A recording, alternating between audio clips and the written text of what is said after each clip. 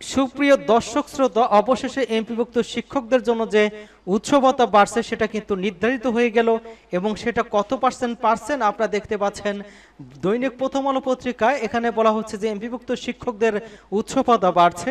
এটা 26 এপ্রিলে প্রকাশিত এবং এই উৎস ভাতা আসলে কত পার্সেন্ট হচ্ছে সেই সম্পর্কে আজকে থাকবে। এমপিভুক্ত শিক্ষকদের উৎস ভাতা 50% নাকি 75% বাড়ছে সেই সম্পর্কে থাকবে আলোচনায়। তবে আলোচনার শুরুতে আপনাদের কাছে অনুরোধ থাকবে, যারা আমাদের চ্যানেলে নতুন আছেন চ্যানেলটি সাবস্ক্রাইব করে আমাদের সাথেই থাকুন। তো চলুন মূল আলোচনায়।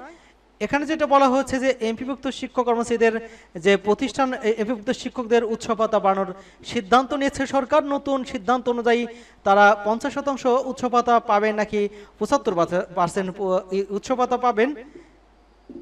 এখানে বলা হচ্ছে বেসরকারি শিক্ষা প্রতিষ্ঠান কর্মরত এমপিভুক্ত শিক্ষকদের উৎস ভাতা বাড়ানোর নীতিগত সিদ্ধান্ত নিয়েছে সরকার। উৎস ভাতা বাড়ানোর প্রস্তাব এরই মধ্যে অর্থ মন্ত্রণালয়ে পাঠানো হয়েছে এবং পাঠিয়েছে শিক্ষা মন্ত্রণালয়। শিগগিরই এ নিয়ে প্রজ্ঞাপন জারি হতে পারে। বিকেলে শিক্ষা মন্ত্রণালয়ের মাধ্যমিক এবং উচ্চ শিক্ষা বিভাগের কর্মকর্তাদের সঙ্গে কথা বলে তথ্য জানা গিয়েছে। এদিকে উৎস ভাতা বাড়ানোর খবরে শিক্ষকদের মধ্যে ব্যাপক উৎসাহ উদ্দীপনা সৃষ্টি হয়েছে। তবে উৎস ভাতা বাড়িয়ে ঠিক কত শতাংশ করা হচ্ছে তা নিয়ে কিন্তু জানতে উদ্গ্রীব তারা। সামাজিক যোগাযোগ মাধ্যমেও শিক্ষকদের বিভিন্ন ফেসবুক গ্রুপে এনে কিন্তু জোর আলোচনা চলছে। সেখানে কেউ বলছেন উৎস ভাতা বাড়িয়ে 75% করা হচ্ছে, আবার কেউ বলছেন যে 50% করা হচ্ছে। তবে প্রত্যেকেরই দাবি শতভাগ বোনাস দেওয়া হোক।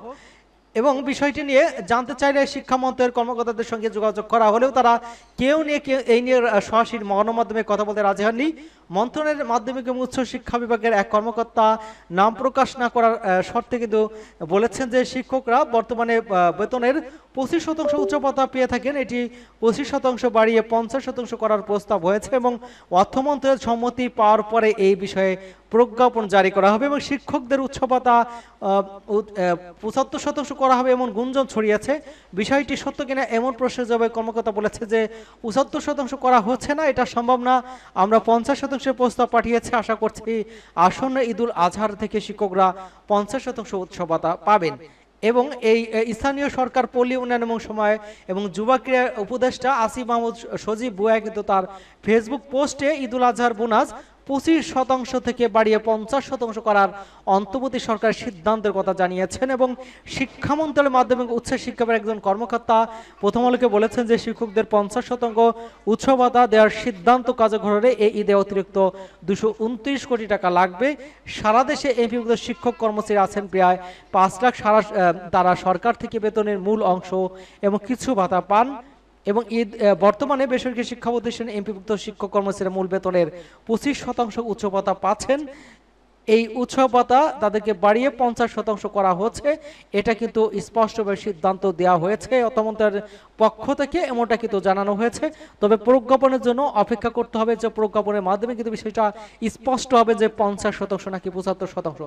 তবে আরও কয়েকটি পত্রিকার মাধ্যমে জানা গিয়েছে যে কর্মচারীদের জন্য 75% নির্ধারিত হয়েছে এবং শিক্ষকদের জন্য 50% নির্ধারিত হয়েছে এবং সেটা ঈদুল আজহা থেকে পাবেন এবং শিগগিরই এই বিষয়ে প্রজ্ঞাপন জারি হবে। সে পর্যন্ত অপেক্ষায় থাকতে হবে আমাদেরকে আসলে কত শতাংশ হচ্ছে। তো আমাদের চ্যানেলকে যারা এখনো সাবস্ক্রাইব করেননি চ্যানেলটি সাবস্ক্রাইব করুন, যাতে যখনই কোনো গুরুত্বপূর্ণ সংবাদের হাতে পৌঁছে সাথে সাথে যেন পেয়ে যেতে পারেন। সকলকে ধন্যবাদ জানাচ্ছি।